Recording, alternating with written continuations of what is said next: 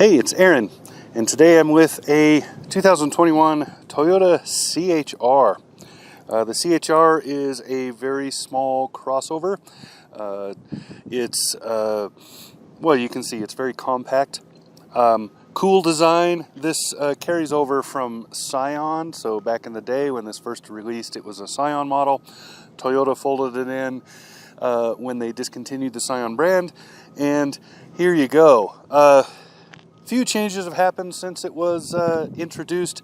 Couple of design changes. The engine is a little bit different, a few other things. In this particular year, you're looking at a 2-liter 4-cylinder and a continuously variable transmission. This is not a speed demon. It's not in a hurry to get anywhere, but it is economical. That's the point. This is a stylish car. It is not a fast car. There's a difference. So, anyway, highlights are great interior, really comfortable, surprisingly large for the size of the vehicle, and the style. It's got a slightly polarizing but very unique style, and it's eye-catching, so that's what makes it popular. Let's get into it.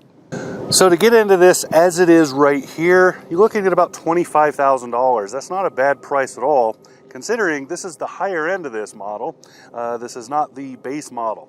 So you're looking at a good sized infotainment with nice everything in it. You're also looking at a nice seating arrangement. Comfortable seats in this, beautiful wheels, and a few other things. Let's look at a side profile, and I'll talk about the design because that is a big part of this car, and then we'll go into some other things like, you know, the trunk and so on. So coming at it from the side here, you can see the profile is extremely unique. It's a very fastback kind of style, very quick looking. You'll see that the rear headlights or rear taillights are really kind of sticking out, and you'll see that the front headlights have actually, in recent design changes, been minimized. They used to be much more bulbous, I would say, and it looks a lot better like this. And then you just see the lines and the work on it. So I'll walk into the picture so you get a better idea of perspective. Again, small car. So watching the lines, just look at the lines. They have the boat prow across the front, which is a common design motif on vehicles now. And you'll see this line that is kind of the edge, feels like visually the edge of the hood running along the top of the light, kind of turns into a line going that way. So this line splits here and it moves along, and then you see there's kind of a circle in the middle. See how it creates that right in the middle, kind of an oblong shape. There's a big helicopter flying around just as I'm trying to talk, because that's how we roll. So watching those lines, there's a new line that starts here and comes along here and creates the belt line there. And then you can see this runs across the top in a nice, gentle kind of a curve. And then the top mimics that, but splits off towards the end to create that spoiler back there. Down here you have a very aggressive kind of a guard piece, right, for the running board. And then you have this cut right here that's part of this circle that I pointed out before, part of that shape there, and it just kind of runs along. All of this goes to the back, which gets very busy. Back here in the back, you have the door handle way up here. You have this, these huge taillights, this big fender right here created by this giant bump right here. And then you have the spoiler, which sticks pretty far out and is in several pieces. It's not one solid piece. So there's just a lot going on in this car and in its design. So if you just look at it overall, it's a very unique design, and it's kind of good looking. I kind of like the look. But if you look at details, it seems like it's way busier than it should be. And that's been a primary complaint among some of the auto reviewers that look at this car, is it's so busy. But really, I think it all comes together for a pretty good look, especially for a car that is mostly about style. That's really the focus of this car, and that's the audience this car is aiming for.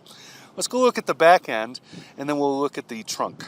So here at the back of the car again, you can see what I was talking about. This is in several pieces, so you can see it's open right here. It just sticks out. It really does not create a lot of air turbulence or flow. It's not a true spoiler in that sense. This is very nicely curved so that the air will flow down. This acts as a spoiler. So you have this coming down, and then this creates the turbulence. Here you have this these large tail lights. You can see they stick way out. They're really kind of bulbous and large. This is probably my least favorite part of this design, but if you take it away, the overall design looks different, and I don't think it would look as good. Then you have just the busyness here, so you can see how there's all these lines. There's a line here, there's a line here, there's lines under here, there's two right here, there's just a lot of stuff happening back here. And it creates that overall look of busy fastness, right? This is a very, again, stylish car aimed for people looking to buy style. Now, when you get on the inside of it, pop this up, it's a good sized cargo area, surprisingly large. So the seats go back pretty far. You got all this space here, which is a really good amount. You have a space over there that will fit a gallon jug, so you can set it in there and not have it rolling around. You got just some nice setup in here. Now, I will say there is a spare underneath that. That's becoming an unusual trait. So this is removable, of course, and it just sits on top of these right here. You have some grocery hooks, and then you have tethers for all three seating positions for child safety if you have a tether style seat. So under here, you grab up here and close it. Let's go look. Can you see me at all? I have no idea. Let's go look at the seating. So here's me in the driver's seat. You can see I have a lot of headroom. I have about 3 inches above my head here. I am 6'3", so lots of space in here, more than expected by far. Good seating. I like the bolsters. It's just about right. It just feels really nice. This is quality cloth seating. I don't think I would do any different. I think the cloth is a good choice for this car. I like the layout. Everything is where you expect it, with a couple of exceptions. This still has the Toyota layover of the dongle cruise control down here. Other than that, it's pretty much as you would expect.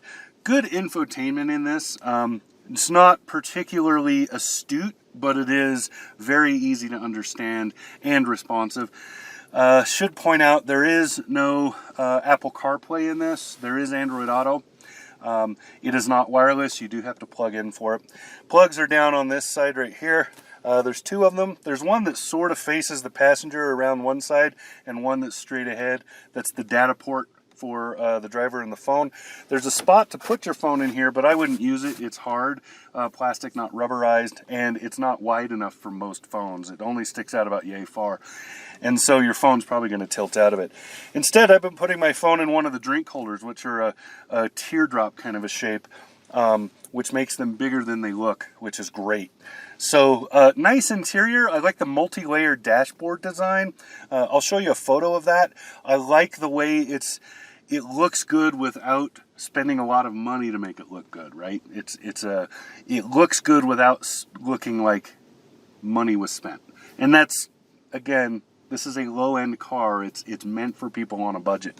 So nicely designed and nicely done. Let's go look at the back seat. Here I am in the back seat. You can see this seat is, I haven't changed it, is still set for me sitting up front in the driver's seat at 6'3", and I still have some knee room. That's amazing. I also have a headroom in here, but not nearly as much, about a finger's width, so maybe half an inch. And that's because of the slope of the roof, so it's starting to get tighter right here. But it's not terrible. Like at 6'3", I'm still sitting upright in here. This is a very comfortable back seat, surprisingly so. I wouldn't try to get 3 across very often because it is a compact vehicle. And from back here you can see cool things like the headliner design above the driver and passenger seat up front, and the way the door looks. So these doors here, they have a unique look with very small windows. You can probably just see that over there. And it's kind of it's a very I don't know, it's unique. It's something you haven't seen elsewhere. There's some other cool things. There's texture on the door panels. There's a few other cool things just in terms of the way it feels and looks. Lots of space to put things like drink holders, other stuff. There are no USB plugs back here. There's also no controls for anything, so this is actually just totally blank.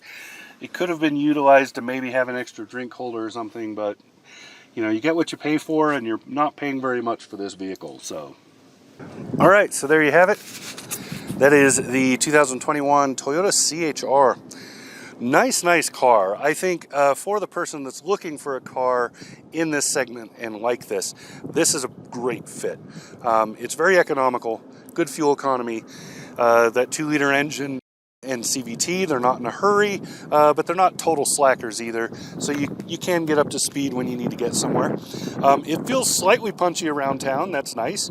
Also, I like just the overall design. It's a very stylish car. That's what it's aiming for. It is not aiming for you know, the sport driving market or any of that. It is a compact vehicle. It's very economical for who it's for, and price-wise, I mean, I don't know how you argue with a pretty well-loaded vehicle at $25,000. So there you go. That's what I got. This has been Aaron. Talk to you again soon.